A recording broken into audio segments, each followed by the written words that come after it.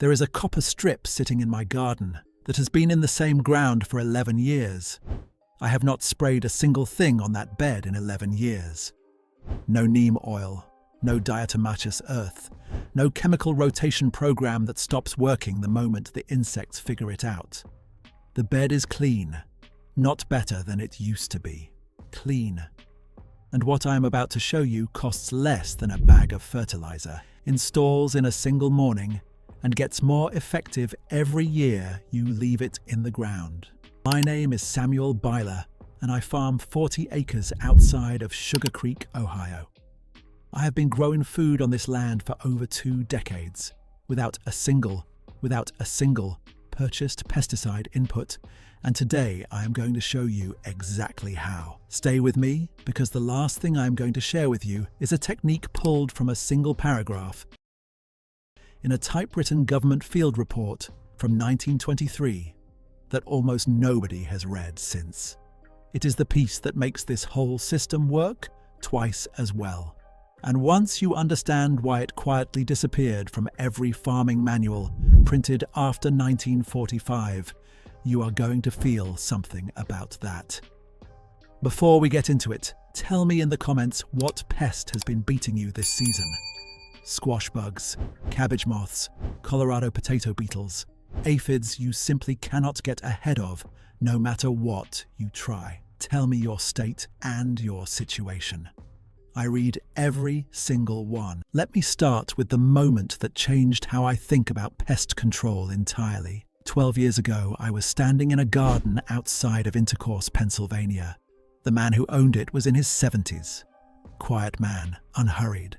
The kind of farmer who does not explain himself until he is ready. He walked me out to his potato patch in the cool of the morning, and I remember thinking the rows were long, and every plant I could see was perfect. Now, if you have grown potatoes, you know the Colorado potato beetle. Striped, relentless, capable of stripping a healthy plant to bare stems in 48 hours. I have lost entire beds to them in a single week on this very farm. This man's potatoes had not one chewed leaf, not one beetle anywhere in the row. I walked the whole patch looking for damage and found nothing. I asked what he sprayed. He looked at me the way an old man looks at a question he finds slightly puzzling. He said he did not spray anything. Then he crouched down and showed me what was barely visible at the base of each plant. Thin strips of copper pushed into the soil. 2 inches wide, buried about an inch deep, with just the top edge showing above the surface. That was it. I stood there for a long moment trying to decide if I was being made a fool of. I was not. Here is why it works. Most crawling insects carry a slight electrical charge in their bodies. When they make contact with copper sitting in moist soil, it creates a small galvanic reaction. For us, it would register as nothing at all. For a soft-bodied insect, it feels close to a mild electric shock. Slugs react the worst because the reaction between copper and their slime is nearly instant. But beetles, cutworms, earwigs, ants farming aphids, pillbugs, all of them avoid it. Cornell University tested copper barriers in a controlled study in 1994. Slug damage dropped 96%. Not 40, not 60. And here is what stopped me cold when that farmer said it. Those strips had been in the same ground for 19 years. 19 years of pest control for the cost of a single roll of copper flashing from the hardware store. No reapplication, no resistance building over time. The insects do not adapt to physics, but copper alone is only half of what makes this system work. Because copper handles the crawlers, it does nothing for what flies in from above. And that is where the second metal comes in. This is the part I did not believe until I saw it with my own eyes in Holmes County, Ohio. Plain farming communities across this region have been using zinc alongside copper for over 150 years. Zinc in the form of galvanized nails or thin strips tacked onto wooden garden stakes and trellis posts. When zinc and copper are both present in moist soil, they form a weak bioelectric circuit. The soil itself becomes the conductor. The old German-speaking farmers who carried this technique over from Switzerland and the Palatinate region in the 1700s called it a Spannungsfeld, tension field. The current is far too weak for you to feel, but it is strong enough to disrupt the egg-laying behavior of flying insects, cabbage, moths, squash vine borers, the ones that come in from above and find your plants before you even know they are there. Auburn University measured this effect in a 2008 soil conductivity study. Beds with both metals placed correctly showed 37% higher microbial activity and dramatically lower pest pressure than the control beds running alongside them. The researchers admitted in their published conclusion that something was happening in the root zone that conventional entomology did not fully account for. The plain farmers I have spoken with across 3 counties do not need the explanation. They have the results, and they have had them for generations. Now here is exactly how to do this in your own garden this weekend. You do not need to tear up existing beds. You do not need to start over or rebuild anything. Go to the roofing section of any hardware store and find copper flashing, the kind roofers use on chimneys, about 6 inches wide. A 10-foot roll costs around $18. Cut it into strips 2 inches wide and 8 inches long. Push those strips vertically into the soil around the perimeter of each bed, spaced about 12 inches apart, with just a ½ inch showing above the surface. You can retrofit an entire raised bed in under 10 minutes. Then take a box of galvanized roofing nails, about $3 at any farm store, and hammer them into your existing wooden stakes, tomato cages, or trellis posts. 4 or 5 nails per stake driven in, so the heads sit flush with the wood. That is the complete installation. Under $25 total. One Saturday morning. Here is what the timeline looks like after you do it. The first week, not much visible change. The second week, you will notice slug damage dropping to almost nothing. By week 4, the aphid populations start collapsing because the ants that farm them stop crossing the copper perimeter. By week 6, the cabbage moths laying eggs on your brassicas have moved on to somewhere else. By the end of the first full season, you will find yourself wondering how you spent so many years fighting pests without this. I know a woman who farmed a property about 4 miles from mine. She had been losing her squash to squash bugs every single summer for 15 years. Same bed, same problem, year after year. She tried this in her existing garden after I told her about it. 3 months later, she called me and I could hear her laughing before she said a single word. 0 squash bugs after 15 years. She said she felt cheated by every gardening magazine, every extension pamphlet, every spray bottle she had ever bought. I understood exactly what she meant because I felt the same way when I first stood in that potato patch in Pennsylvania. Now, I want to tell you something about these metals that surprise me even more than the pest results. Because copper and zinc do not just repel insects, they feed the soil. Both are genuine micronutrients that plants need. Copper is critical for photosynthesis and for lignin production, which is the compound that makes plant cell walls physically tough enough to resist insect chewing. Zinc drives enzyme function and the production of auxin, the hormone responsible for root growth. When these metals sit in moist soil, they release trace ionic amounts into the root zone slowly over time, micrograms.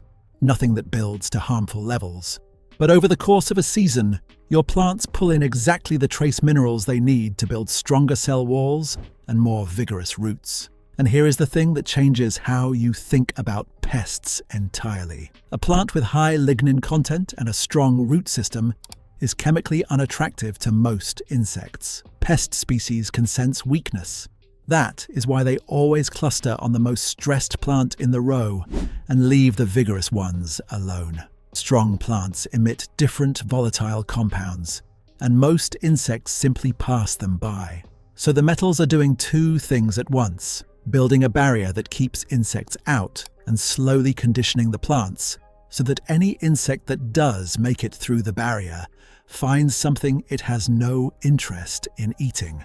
A blacksmith named Amos in Holmes County, a man I have talked with many times over the years, put it this way. He said, "Samuel, the English think pest control is about killing. We think it is about making the plant strong enough that the bug loses interest. The metals do both. That is why they last." A 2016 study out of Ohio State measuring low-input farming systems found that gardens using embedded copper and zinc had 22% higher lignin content in leafy greens and 41% fewer pest incidents over the growing season, compared to chemically fertilized control beds. The researchers also noted that the effect compounded year over year. The longer the metals stay in place, the stronger the results become. Compare that to pesticides, which lose effectiveness every season as resistance builds. One system gets stronger with time, the other gets weaker. Now I want to address the placement detail that most people get wrong. Because if you have heard of copper barriers before and tried them without success, this is almost certainly the reason. Most people place copper flat on top of the soil or wrap it around a trunk above ground level. Neither works. The copper must be in contact with moist soil at a depth of at least 1 inch, with only a small strip showing above the surface. The galvanic reaction that creates the repellent effect requires continuous contact with soil moisture. A dry copper strip sitting on top of mulch does nothing. The zinc placement matters just as much. It needs to be above ground, tacked into wood or fencing, but between 6 inches and 3 feet off the soil surface. The old Pennsylvania Dutch practice placed it at roughly knee height. That is the zone where flying insects make their final approach before landing, and the electromagnetic field from the zinc is strongest at that elevation. Placement is the difference between a system that transforms your garden and one that sits there doing nothing. Now I want to tell you about the piece I have been holding back since the beginning of this video.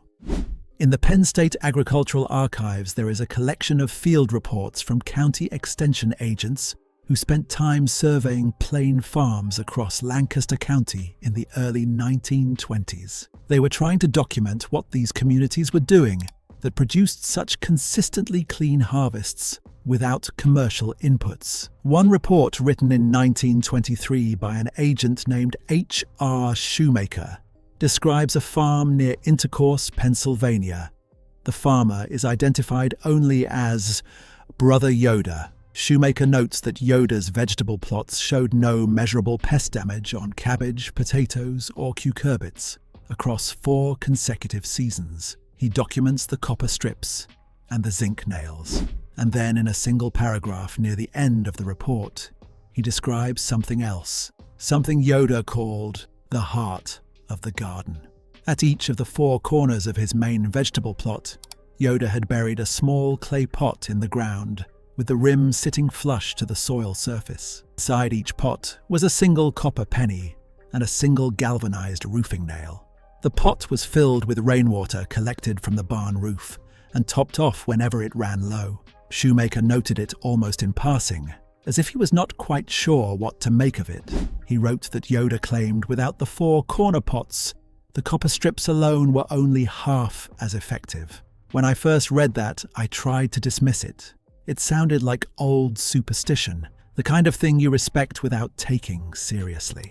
But I was staying near a small test plot in Ohio at the time, so I decided to try it. 4 clay pots, 4 pennies minted before 1982, when pennies were still solid copper, 4 galvanized nails, rainwater.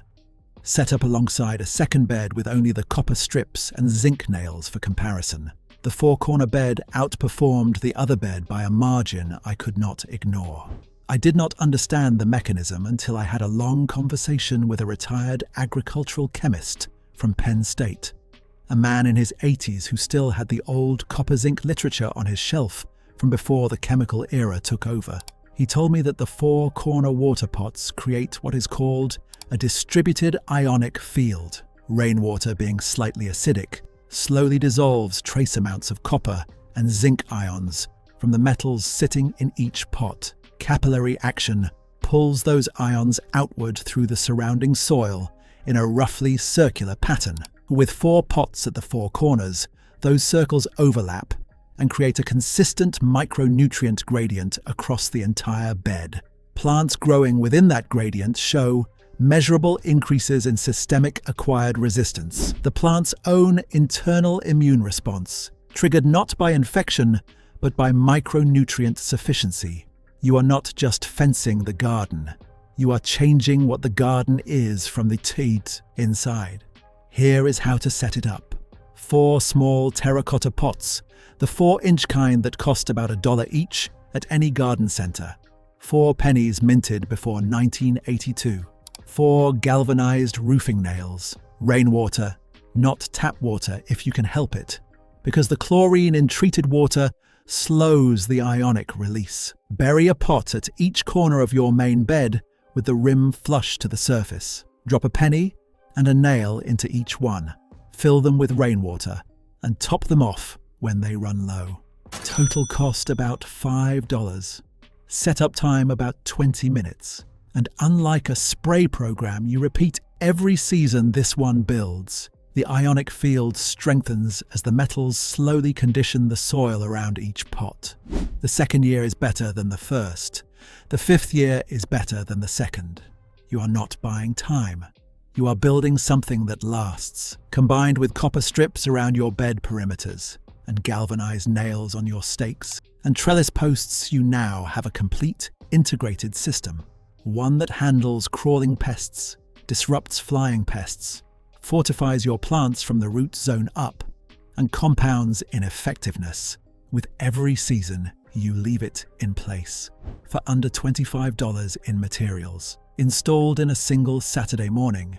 No reapplication, no rotation, no monthly purchase, no contract.